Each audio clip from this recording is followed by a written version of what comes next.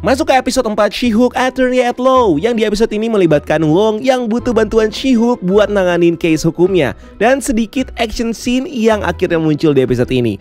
Bakal kita bahas episode 4 ini, gue gak bakal lama-lama openingnya, langsung aja bareng gue Rian, let's explore this universe.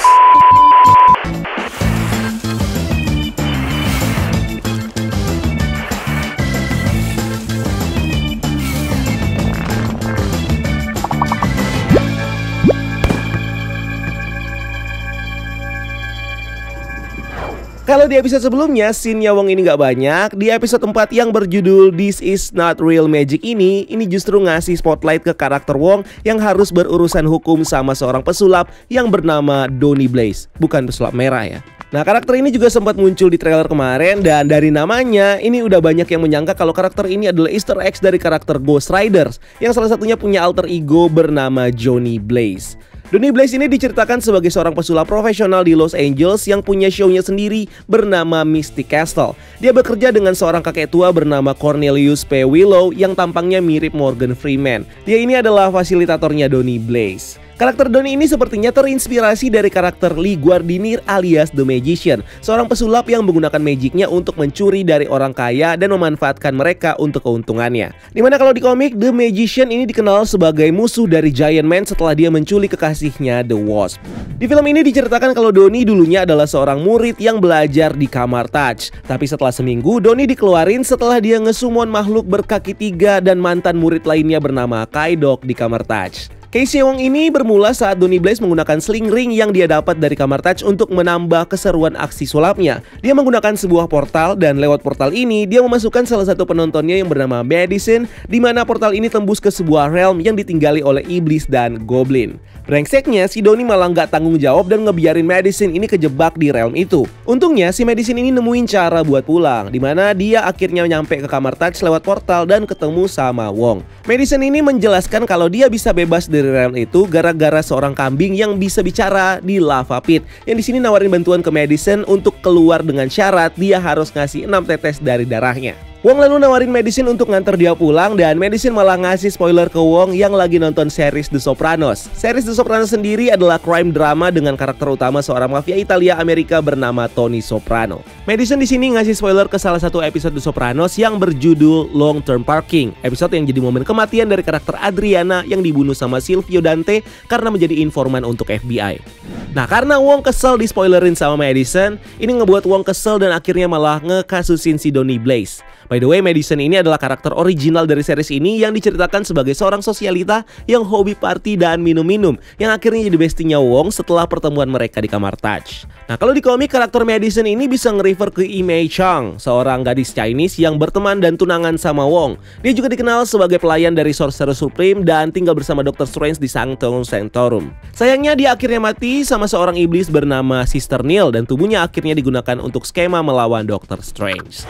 Scene lanjut dengan momen fourth wall break, dimana si Jen bilang ke kita, kalian kelihatan lagi seneng, dan gue tebak ini karena kalian ngelihat Wong yang kembali di episode ini. Gak lama setelah itu, ayahnya Jen, Maurice Walter, datang membawa berbagai peralatan buat membantu Jen mengamankan diri, dimana sebelumnya Jen sempat diserang sama sekelompok wrecking crew di depan rumahnya. Jen sebenarnya nggak terlalu peduli sama serangan wrecking crew ini karena Jen adalah She-Hulk dan tentunya dia bisa melindungi dirinya sendiri.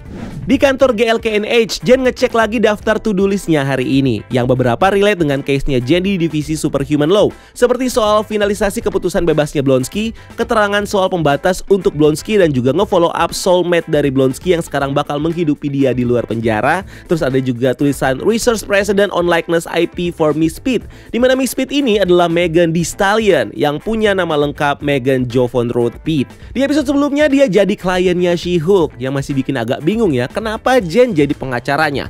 Kasus apa yang berhubungan dengan Superhuman Law yang bakal dihadapi sama Megan. Lalu ada juga poin yang refer ke case yang ditangani sama Park soal Luna versus Bukowski, di mana Jen harus kerjasama dengan Park untuk menyelesaikan paperwork dari case Luna. Ada juga poin yang nyimpen Easter egg seperti case Lee versus Byrne, ini mana Lee di sini merefer ke sosok Stan Lee yang menciptakan karakter She-Hulk, dan Byrne di sini merefer ke sosok John Byrne yang membuat komik sensational She-Hulk. Ada juga case Kraft vs Solie yang merefer ke penulis komik Charles Solie yang jadi kreator komik She-Hulk volume 3 dan David Anthony Kraft, penulis komik yang terlibat di komik Savage She-Hulk. Dan di akhir to-do list-nya ada agenda kalau Jen harus menyelesaikan dating profilnya di aplikasi Matcher. Ini semacam Tinder versi MCU ya. Dan Jen ngaktifin akunnya dengan pakai foto corporate-nya. Lu kira ini lagi bikin LinkedIn apa gimana nih? Fun fact, sebelum series She-Hulk ini rilis, Marvel Studios sempat membuat akun Tinder khusus untuk karakter She-Hulk untuk ngepromoin series ini.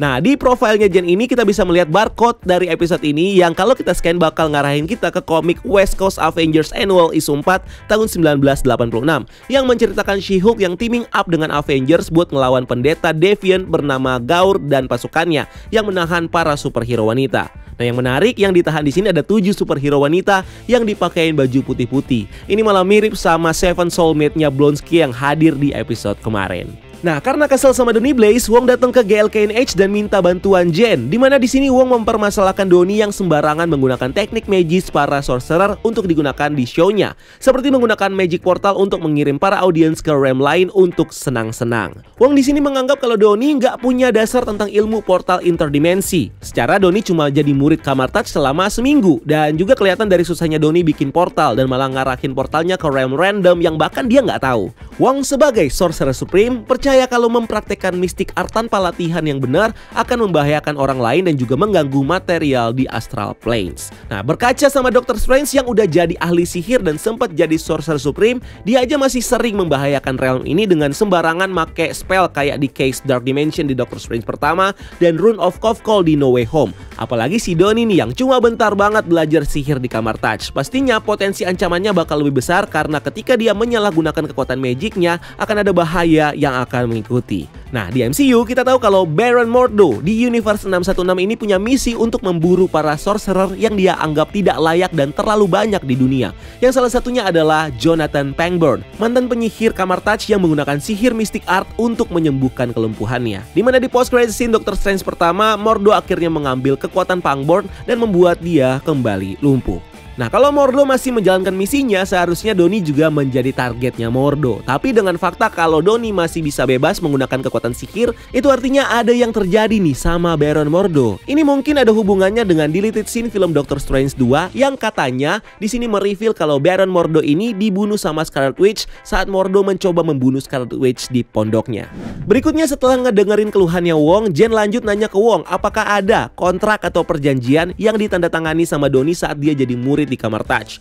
Wong bilang nggak ada karena murid-murid di Kamar Touch hanya bersumpah lewat kata-kata mereka untuk mengabdikan diri sebagai pelayan setia dari Mystic Arts. Dimana perjanjian ini sebenarnya penting buat Jen sebagai bukti untuk mensomasi Donny Blaze. Dan ini mungkin akan menginspirasi Wong sebagai Sorcerer Supreme untuk membuat kontrak di Kamar Touch bagi calon murid mereka nanti, supaya nggak ada lagi nih case-case seperti Donny Blaze ini. Di sini Wong mengatakan kalau sebelumnya dia nggak terlalu peduli dengan kontrak dan legal karena menurut Wong mereka hanya menurut kepada kekuatan tertinggi di luar hukum metafisik dan ruang waktu. Yang di sini nge-refer pada The Vishanti. The Vishanti ini adalah trio entitas kosmik dan magis yang jadi panutan buat Sorcerer Supreme dan para sorcerer di Kamar Touch yang terdiri dari Hogot, Ostur, dan Agamotto. Menurut Jen nggak ada hakim yang bakal menganggap kasus ini serius kalau kita nggak menyelesaikan ini menurut buku. Wong justru menyangka kalau buku yang dimaksud adalah The Book of Vishanti. Nah, The Book of Vishanti ini adalah buku light magic yang bisa memberikan penggunanya cara untuk mengalahkan musuh mereka. Dimana di film Doctor Strange 2 sempat digunakan sama Supreme Strange untuk mengalahkan Thanos di Universe 838. Tapi maksud Jen bukan buku itu ya, tapi buku hukum Amerika yang jadi landasan pengadilan hukum di sana.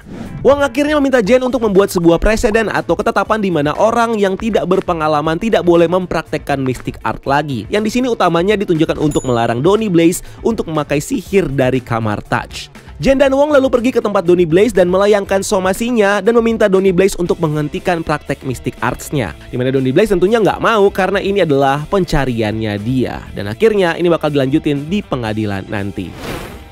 Selain disibukkan sama kasusnya Wong, Jen juga menghadapi masalah soal relationship, dimana Jen susah banget buat dapat pacar. Apalagi ini disebabkan sama foto profile matchernya yang kelihatan resmi dan kaku banget yang bikin dia susah dapat match. Nicky nyaranin Jen buat bikin profile dengan identitasnya sebagai She-Hulk, tapi Jen di sini tetap kekeh kalau dia pengen ngedate sebagai dirinya sendiri, bukan sebagai She-Hulk. Nah, idealisnya Jen ini bikin dia cuma dapat satu match aja. Itu pun berujung si cowok yang jadi nggak tertarik sama sekali sama Jen dan nyari match coach yang baru. Bahkan cowok ini juga kurang ajarnya pergi ninggalin Jen yang terpaksa ngebayar semua minuman yang mereka minum di situ.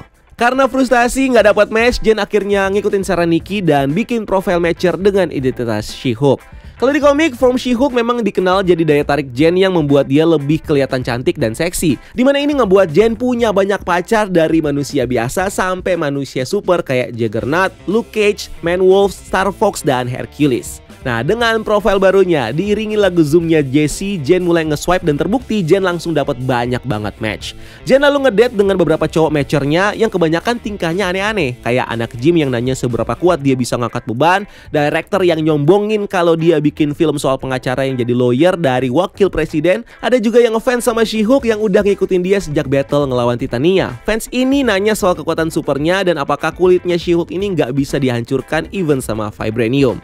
Well, kulitnya Hulk atau She-Hulk memang jadi superpowernya dia ya. Dimana dari semua material di bumi, hanya ada dua yang bisa menembus kulit Hulk. Adamantium dan tentunya vibranium. Dan kalau dites, kemungkinan She-Hulk bakal terluka kalau digores dengan vibranium. Nah, kalau soal adamantium ini udah dites di episode sebelumnya, dimana ada easter eggs tentang kemunculan dari Wolverine yang punya cakar dari adamantium. She-Hulk jadi ilfeel sama cowok ini gara-gara dia nyebut kalau She-Hulk ini adalah spesimen. Sampai akhirnya Jen bisa nemuin satu cowok yang cocok banget sama dia, seorang dokter kanker anak dan remaja yang langsung dibungkus sama Jen ke rumah untuk curhat dan skidi pap-pap. In the other side, case-nya Wong ini berlanjut ke pengadilan yang dipimpin sama judge bernama Hana. Ini nge-refer ke sosok Scott Hanna, artis yang ngebuat komik Red She-Hulk. Jen menuntut Donny Blaze dengan klaim kompetisi yang tidak sehat dan tindakan yang membahayakan. Hakim tentunya kurang yakin dengan pembelaan Jen kalau magic trick bisa dianggap sebagai tindakan yang berbahaya. Mereka disuruh buat menghadirkan saksi dan Wong terpaksa menghadirkan bestinya Madison yang sebelumnya jadi korban dikirim sama Donny Blaze lewat portal ring.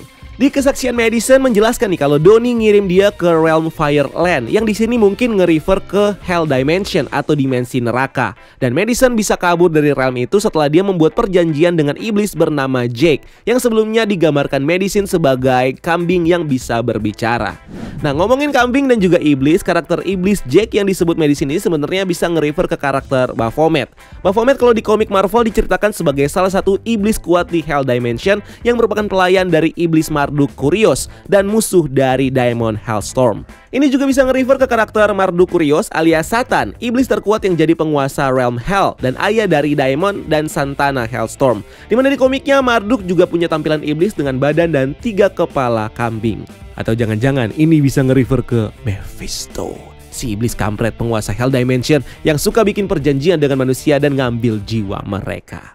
Terlepas dari itu, hadirnya iblis Jake dan Realm Fireland ini secara nggak langsung udah mengkonfirmasi kalau Hell Dimension dan para iblisnya fix eksis di MCU. Jadi tinggal nunggu aja nih kapan momen yang tepat bagi iblis-iblis ini untuk muncul sebagai villain di series atau di film MCU selanjutnya. Dan mungkin bisa dimulai dari film Blade yang bakal berfokus ke karakter anti-hero Blade yang diceritakan bakal melawan vampire dan ancaman supranatural lainnya di MCU yang salah satunya bisa datang dari para iblis di Hell Dimension. Madison juga menjelaskan kalau dia membuat perjanjian dengan iblis yang gak bisa dia jelasin. Nah, kalau ini dilanggar, iblis itu akan mencabut nyawa Madison dan juga orang-orang yang dia cintai. Nah, perjanjian Madison dengan iblis ini menarik ya. Apakah perjanjian ini membuat Madison jadi budaknya Jack? Atau perjanjian ini justru akan membuat si Jack ini bisa mengklaim jiwanya Madison? Tapi dengan Madison yang temenan sama Wong, Madison sebenarnya udah gak perlu takut lagi sama iblis Jack. Karena dia dapat perlindungan langsung dari Sorcerer Supreme dan dari segala ancaman supranatural termasuk iblis Jack yang mungkin mengincar dia. Kesaksian Madison akhirnya hanya memperburuk keadaan karena ternyata Madison menikmati perjalanannya ke Hell Dimension. Ya, namanya juga lagi mabok ya. Dimana pengacara Donny menyimpulkan kalau atraksi kliennya ini dikategorikan sebagai aksi seru dan seram. Ini semakin memperkuat posisinya Donny Blaze. Wong lalu ngerespon dengan memperingatkan Judge kalau Donny berusaha untuk memiliki kekuatan dari dewa yang bisa menciptakan gangguan ke dimensi dan juga galaksi yang punya potensi untuk menghancurkan semua kehidupan baik di known maupun unknown universe. Sidang sendiri berakhir dengan hakim yang ngepending putusannya dan Donny Blaze yang tetap dibolehin sama judge untuk terus melakukan atraksinya. Di tempat show-nya, Donny Blaze kembali menggunakan sling ring untuk trik magic portal. Tapi ini bikin penontonnya bosen karena trik ini udah sering banget dilakuin sama Donny. Donny lalu nyoba trik baru dengan sling ring yang akhirnya malah jadi bencana karena Donny tanpa sengaja ngesummon banyak iblis dari neraka. Donny terpaksa minta Wong untuk mengatasi masalah ini dan Wong memanggil Jen yang lagi ngedate dan teaming up buat mengembalikan para iblis ini ke neraka. Beberapa iblis ini ditransport ke sebuah realm dengan pegunungan es yang mirip dengan pegunungan Undagor, rumah dari iblis pertama Shiton dan buku Dark Magic ciptaannya, buku Darkhold, di mana pegunungan Undagor ini juga sudah muncul di film Doctor Strange 2 kemarin. Singkat cerita, Wong dan She-Hulk berhasil menyingkirkan semua iblis ini dan momen ini digunakan sama She-Hulk untuk memaksa Donnie dan Cornelius untuk menandatangani dokumen somasinya supaya Donnie nggak lagi menggunakan Mystic Arts di show-nya dia. Kasus selesai dan Jen kembali lagi ke date-nya yang langsung diajak Skidi Papap. Dan Jen pada akhirnya ditinggal sama date-nya yang ternyata cuma tertarik sama form She-Hulk-nya Jen aja. Jen lalu ngeliat berita kalau Titania sekarang udah bisa bebas dari semua tuntutan hukum dari case penyerangannya di pengadilan. Dan episode ini ditutup dengan Jen yang dilaporin sama perusahaannya Titania gara-gara make nama She-Hulk milik Jen. Yang ternyata nama She-Hulk ini udah dipatenin duluan sama perusahaannya Titania. Nah, kejadian episode ini agak-agak familiar ya sama kita di Indonesia. Beberapa kejadian yang viral belakangan seperti digambarin gitu di episode ini. Ada dukun yang pakai pengacara, maksudnya penyihir yang pakai pengacara, terus soal somasi lah, terus soal nama She-Hulk yang udah dipatenin sama Titania yang mirip-mirip sama Citayam Fashion Week dan Open Mic ya. Nggak penting tapi relate aja gitu. Dan seperti biasa episode ini juga punya post credit scene yang nunjukin sketch dari Madison yang menandatangani kontrak sama iblis Jake. Dimana di sini dia punya bentuk seperti kambing ya. Nah ini mirip-mirip sama kambingnya Thor nih, Tooth Gnasher dan Toothbringer.